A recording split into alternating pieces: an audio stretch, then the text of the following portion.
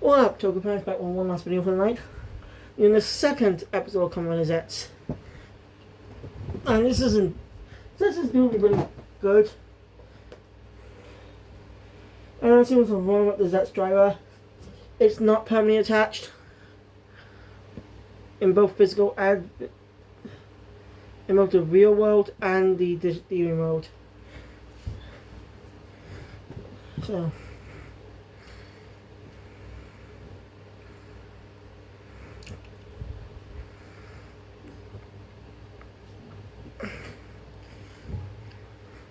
So let's get into it.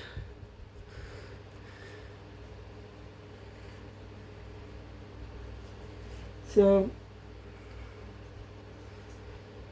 while that episode up doing a case, Rebecca was chasing down a monster. Well, chasing down a monster, sorry. Chasing down people who blew someone was blowing up police cars. You know, he narrates to himself, saying he's not really real, it's just a dream and stuff.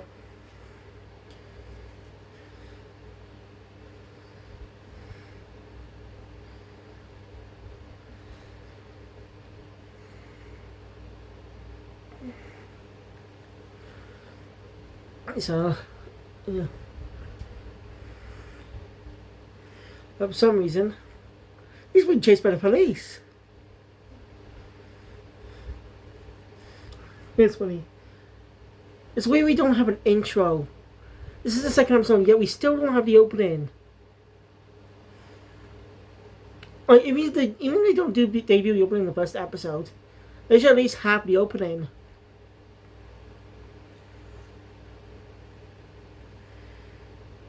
I mean, seriously, you should at least have the opening by now. I mean, this episode was perfect to use the opening for the first time. The Kenny Dog Got Boost, which is one of my favourite Kamen openings next to WBX. Yes, Double Speed is my favourite next to Geeks. They have catchy theme songs, okay? But I did not hit every Kamen Rider theme, so that's the don't quote me on that shit.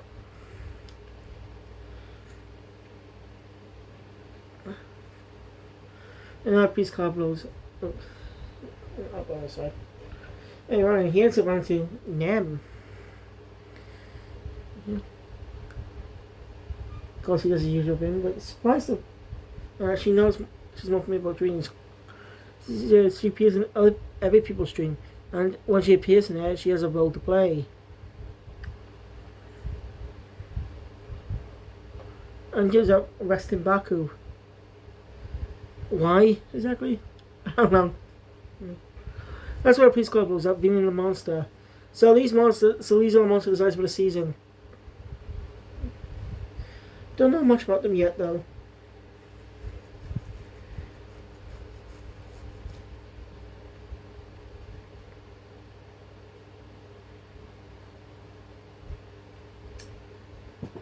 One sec.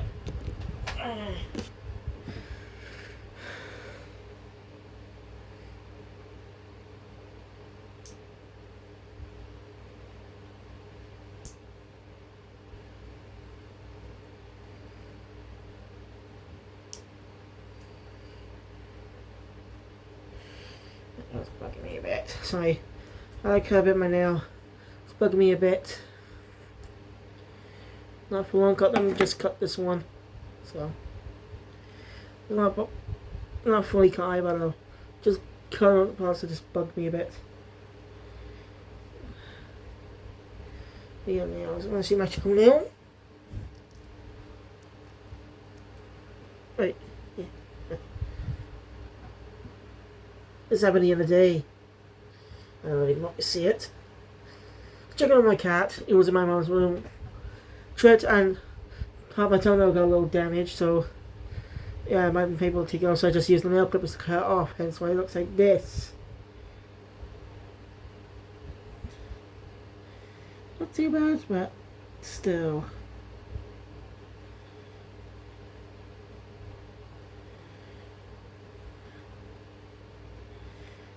This looks weird. I'll just Oh, it goes back, okay. Anyway. Back, so anyway.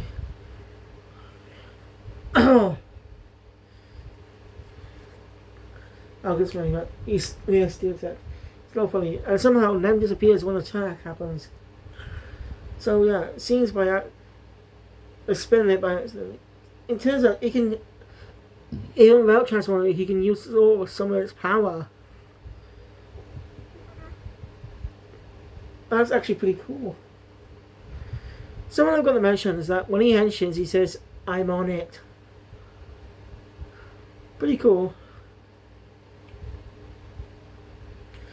So here we get our first henshin of the episode.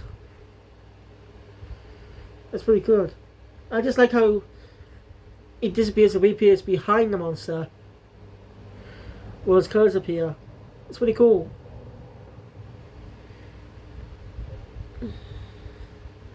So Baku's fighting it, the monster.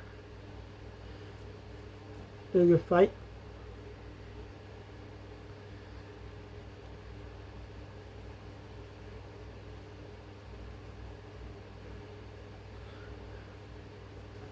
Right. Too tough. The monster escapes. Blow up a few more police cars. They're trying to arrest it. Well, Baku wakes up. And it was just a...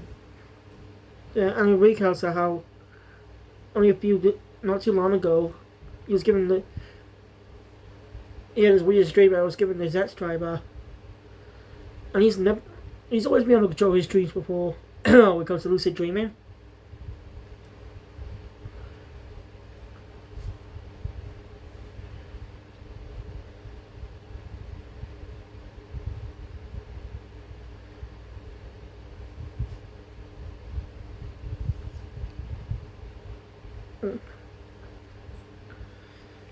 With that power, he's able to transform.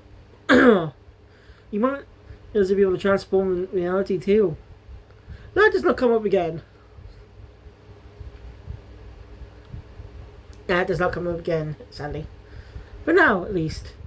But the seed has been planted. Because, of course, they're going to find a way to bring it into the real world. Because if it just stays in the dream world, they'll be repetitive. And it'll make crossovers really tough. Like, how is ZEZTZ going to cross over with another rider if it's just going to take place in the dreams? And how is that going to work exactly unless they choose something like that?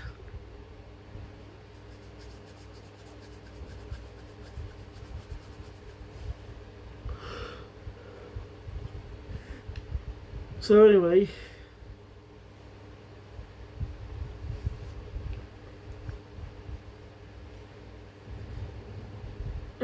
Mago's clothes isn't close out, but it seemed I was struggling to take it off. Seems like he couldn't take it off. Well, we cut to Natsuka Nagamo. Nagamo being that's how you feel about this whole film. Well, this is like a demotion or something. Actually, going to Tatsuya's van. Or Fujimi.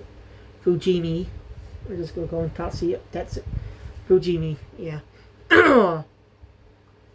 Fujimi's asleep. She ends up waking him up. She also doesn't actually believe in this nightmare crap. So, but he's determined. And he's finding Baku suspicious, so he may know some things. Incidentally, he's walking by, being suspicious because hiding the ZEZTZ driver. They're questioning him. Yes, I don't know. He ends up being the ZEZTZ driver. He can't take it off. It's clever. Lou tried to make us think he couldn't. I guess he couldn't fit it in his pocket or something. I don't know how that's possible.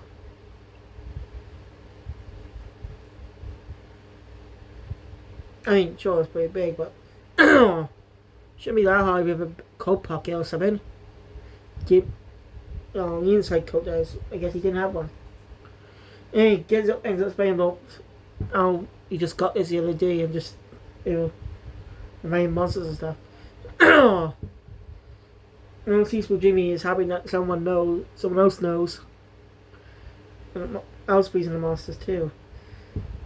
Make me think that with things going on, it might be possible we'll see that Fujimi and Nago will be helping Baku out now on or something, or at least with his Kamen identity. Something I don't know.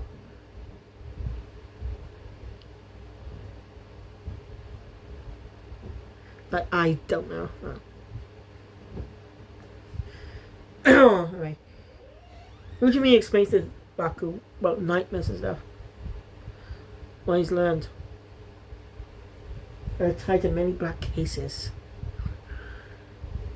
Again, Nagano doesn't really believe in it. And we learned part of a type of paranormal division. Yeah. That does not sound good. Oh god. That proves they can't be demoted.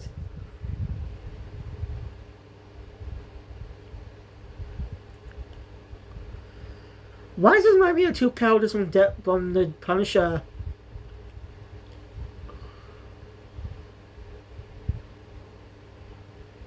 Yeah. Even Nagano, once again, one of she's being demoted and stuff.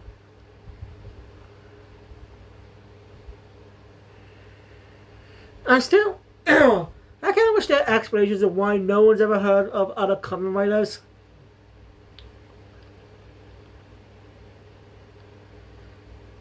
And Sentais and stuff. It's just one of the weirdest things.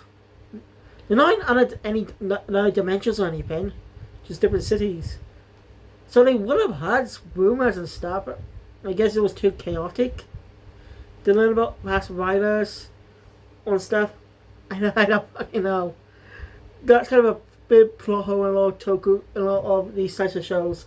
With tokusatsu and stuff. Even Rico has that problem. This is what it was, that problem. So in the third season I have being own continuities. To allow each season to avoid their plot holes being their own separate continuities, not tied to the original.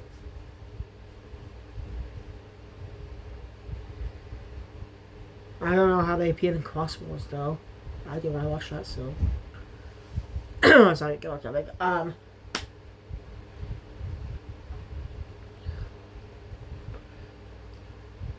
You know that Barker was talking to sister about the situation. But not explaining anything about the lucid dream or anything, just keeping it small. No problem, right. And Barker asked her if she's ever had the same people change as other people. She doesn't know, and might be like, dreams may not be subconscious. It's not really that possible to have the same dream.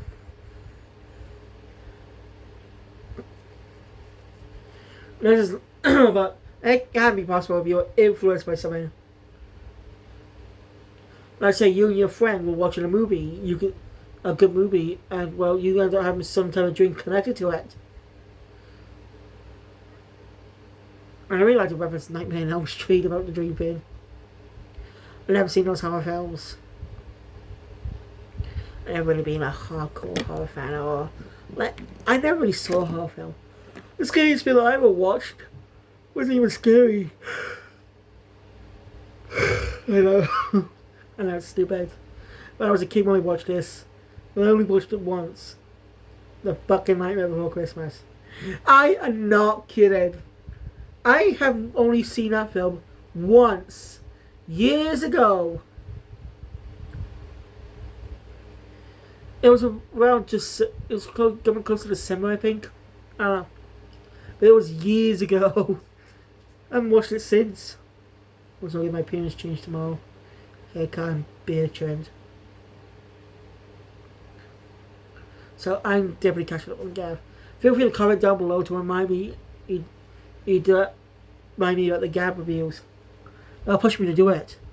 Because I hate being lazy. I planned to finish up Gab 2 weeks ago. Okay, well, 1 week ago really. I planned to finish it up last week. Before the first episode has been premiered. But no, I got fucking lazy. Like, only had 8 episodes left and I got lazy. Damn it. And now more Go Jojo episodes have come out. So it's going to take me a while to catch up on that. Breakill's going to be easy. You only have 2 episodes so far.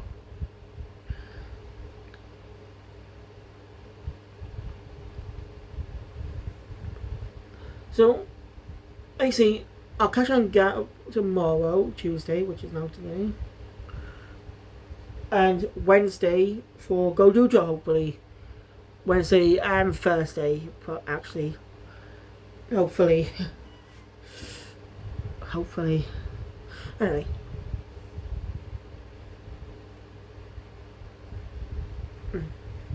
Anyway, get a bit of a gag that Baku helping his sister means that something bad's gonna happen and she doesn't want to get involved with it. And when the bad thing happens, he steps in put dog poo. I'm not kidding. That's funny. This is gonna be a fun little running gag from now on. Like every time he tries to help someone in the real world, he gets hurt. Poor guy. But if we do get a Kamen ZEZTZ movie this December, I hope it's good. Oh, wait.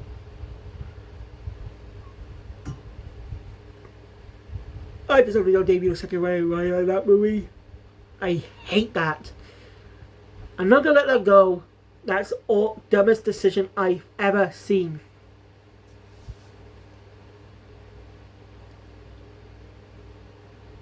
It's just dumb. Like rubbing a great debut episodes of the 6th secondary rider. It's just basically the secondary rider concept has technically been around since the series debut with Kamen and Nigo. But that wasn't a proper secondary rider, more like a temporary replacement rider after Hiroshi Fujioka, the actor who played Takeshi Hongo, injured his back during production by riding a motorcycle. So, and the episodes have been around to alter, so around episode 10, they mostly use stunt actors and suit scenes for the character.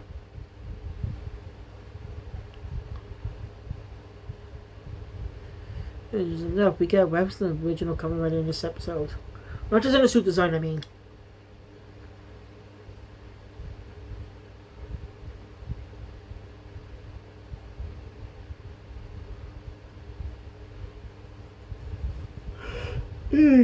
At night. Baku's speaking about I can't really sleep.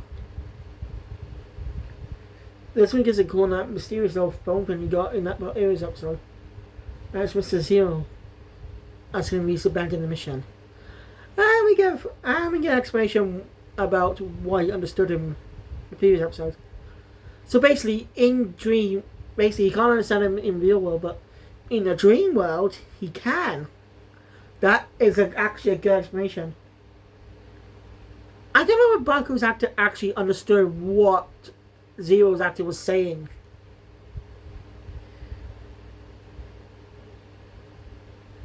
I mean, Zero's actor is Japanese, but he fluently spoke English. But again, they did get actors who were obviously Western actors. They appear in Geats. They didn't really I think they spoke Japanese too. I can't remember. Geats was a good season. Right. Watching that from start to finish was amazing. And I want to talk about a big season review. Seeing what our things have changed is now we know the story. You know, when I eventually talk about it, I'm going to see how things are, my viewing experience is different now since I've seen the series from start to finish. Well, see how all the knowledge you gain by the finale affects the story from the start. You know, I feel like when shows do that, not changing your viewing experience. One should the show from the start, where you're watching it after, when you know everything that's happened in story-driven shows. You know? Just saying. We're also going to use superhero time this week. Not this week, last week. Yeah, my point. Superhero time. Kamen Rider, ZEZTZ, #1 Sentai, Go Juja. I know it's early to think about this, but what do you think about we got some new rumors coming out about next Sentai. How Red is going to be a female. I wouldn't be surprised, really, if that did happen. I mean, we got the experimentation we have for years. Back in 2017, we got our first female Green, but that was part of a big team. But they used it again with Kira Manger. The Rainbow era has been more experimental for Toei. That was the Sentai. Following season, Zenkaiger was definitely the most experimental. Being Sentai's anniversary, typical 45. So a lot of reference to that. And we saw a pseudo sequel in Dawn Brothers, which was mostly experimental. And we got a season like Kinojo, which was even praised by Hideo Kojima. The creator of the Metal Gear Solid franchise.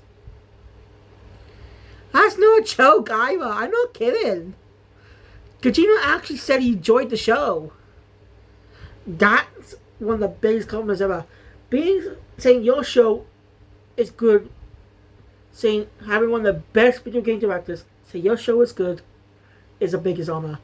We thought Sentai that season was good, but storytelling and characters. And I agree. Kinojo was great. I like the characters. It took something different with Sentai with storytelling. A little more serialized with its elements, with specific story arcs.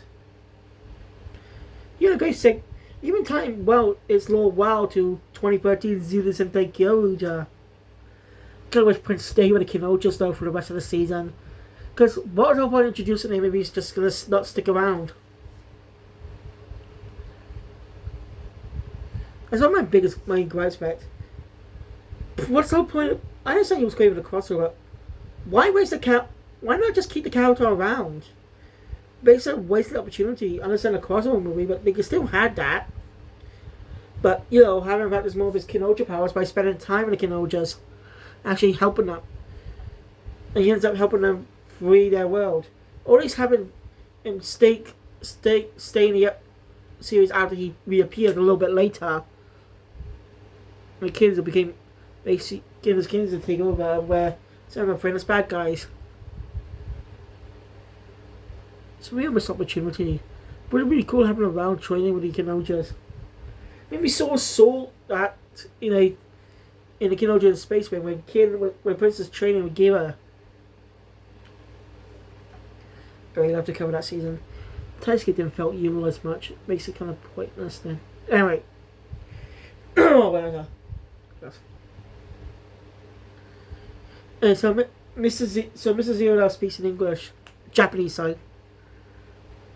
Make sure you tell him open the closet. When he sees a weird code you've never seen before, pull it opens the secret passage to some office. That's gonna be basically the base of operations for him. And we saw this in the subconscious in the previous episode. We got the driver. Why Baku specifically? Because he's a good person. And they gave Mr. Zero's identity a secret. I actually find that interesting.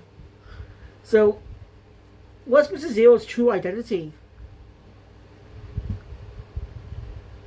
That's gonna be curious. And that's a good mystery little hook there. Give me that little mystery for now. But I'm curious to know how the secondary writer's gonna appear.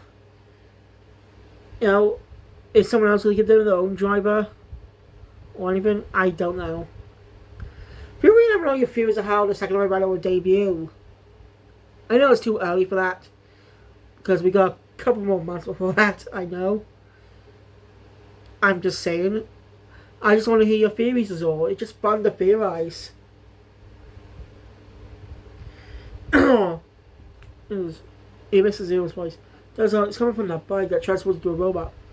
It's actually not Mr. Zero himself. Enough. It's a remote control robot. He's controlling it from a distance. So that's quite a unique take on the robot companion in Toku. ZEZTZ has literally done it twice. As so there be, I mean, technically ZEZTZ has done the remote companion helpers in the past, but they were regular robots, not transformer robots like the mechas and stuff. And the first one was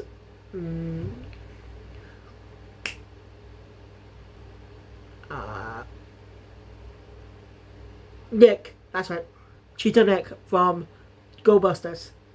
I mean, he's not part, doesn't, like, he becomes more part of the cockpit in the Megazord, in a mecha. But he's a transformer robot that can transform into a friggin' bike. It's pretty cool. One of my colleagues with Go-Busters, though, is that they plotline with both heroes is that doesn't really get explored much. Actually, really, she's like appeared 3 times in the show.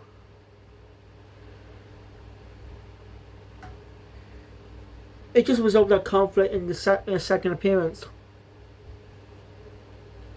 That's a really big disappointment.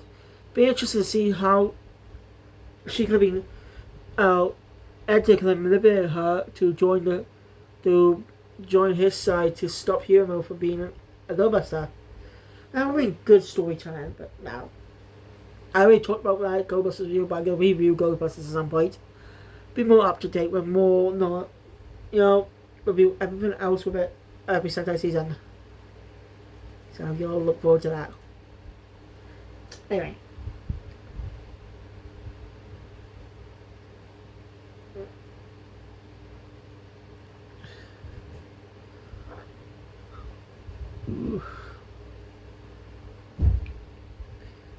Anyway, Zero basically tells Aku they'll be able to help people. Just, and then someone said, okay, so realizing that dream he was in earlier wasn't his. It was Fujima. It was Fujimi's dream. Somehow he entered Fujimi's dream by accident. That might be something to do with the ZEZTZ driver. He was wearing it when he was sleeping. I actually needs to wear it in bed, be able to use it in the dream. I guess they might explain that. I don't know. I'm on it. Henshin.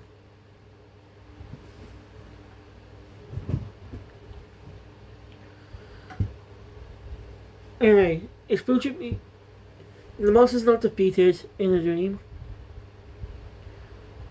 the dreamer will never wake up. They'll basically be dead.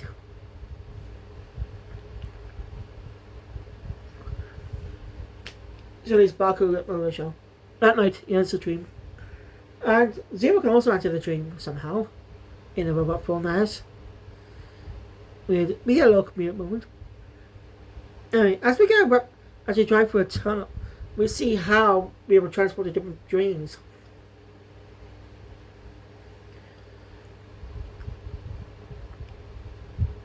So, as Baku drives up, we get a reference to the original Kamen Rider as he henshins while riding the bike. I like the henshin animation too. It's just smoke covering him, like it's supposed to be like sand for the Sandman and stuff to help you sleep, I'm guessing. I really like how when we get close up on his eyes going up, it's on the side, like how the original Kamen Rider henshins. But you don't know, Kamen Rider Ichigo did not exactly say henshin when he was transformed. I think. I'm not gonna claim it's true. I just know something else. That may have been changed later. Oh, I just remember Mercury Falcon Space Jam when we talk about the issue of Kamen Rider. Basically, he was able to transform by gathering wind in his belt by riding on his bike. And he'd be able to transform. But because he was Yoko had his back, they get a different in a different actor to play Kamen Rider Nigo. And he didn't actually did not have a motorcycle license, so he couldn't film any action shots on the motorcycle. So they just came up with the henshin pose. Rider Henshin. It just became a part of the franchise. It's just been shown to henshin from now on, which means transform in Japanese. Oh yeah, he got a new capsule too. Got to mention that. What's he got? As he chases down the monster in Nightmare. Yeah, as he bites it. Even with a new ability, that capsule he got earlier. So if he kills it, everything will go back to normal. But he's already by the new big bad. Basically, even if he destroys the monster. And that may not work. As the dreamer is the one who wishes. Nightmare feeds on the dreamer's inner desire to cause this mess. Seeing that Fuchimi wanted to blow up, was the one causing the bombs. But why ending the episode on a cliffhanger? I was going to do some door to what we saw before. It's interesting. The door sort of leads to some sort of subconscious. I actually like this angle. Instead of a typical destroying monster story, it seems they're pulling a decade in a way where wherever they go to, they either fit in that way. They're outlets to fit in. I'm just guessing anyway. Next episode continues that. Our first 2-part episode. And it's this is literally our first 2-part episode. And we're 2 episodes in. Like, seriously. I barely get to multi-part episodes. As it was taking its time to get us into this new world. And they already gave us a 2, and that's just Kim's here dropping us with a new first 2-parter. And it's not like double or anything with a 2-episode structure. That's 1 episode split up into 2 parts in a way. 1 story split up into 2 episodes. The 2K format, it's supposed to be about the double. Because Kamen like double. Oh, so 3 episode structures. Yeah, I right. Which is coming famous for Heisei Kamen Riders. Or based on Heisei Riders. But that kind of changed in the Reiwa era. And you see that's kind of changed now. Reiwa Riders don't do that much. So I was really interested to give us our first 2-parter pretty early. They should at least, I think they should at least wait a bit before giving us a 2-parter to get us more into this world. We'll get something big to have. But, oh well. I'm looking forward to the next episode. But anyway, thank you guys for watching. If you enjoy my content, please hit that button. Want to see more Squidger, make sure to do this Squidger. All the videos goes on in the future. And I'll see you guys hopefully tomorrow to watch Let's Finish Up Gab. Hopefully. Sayonara.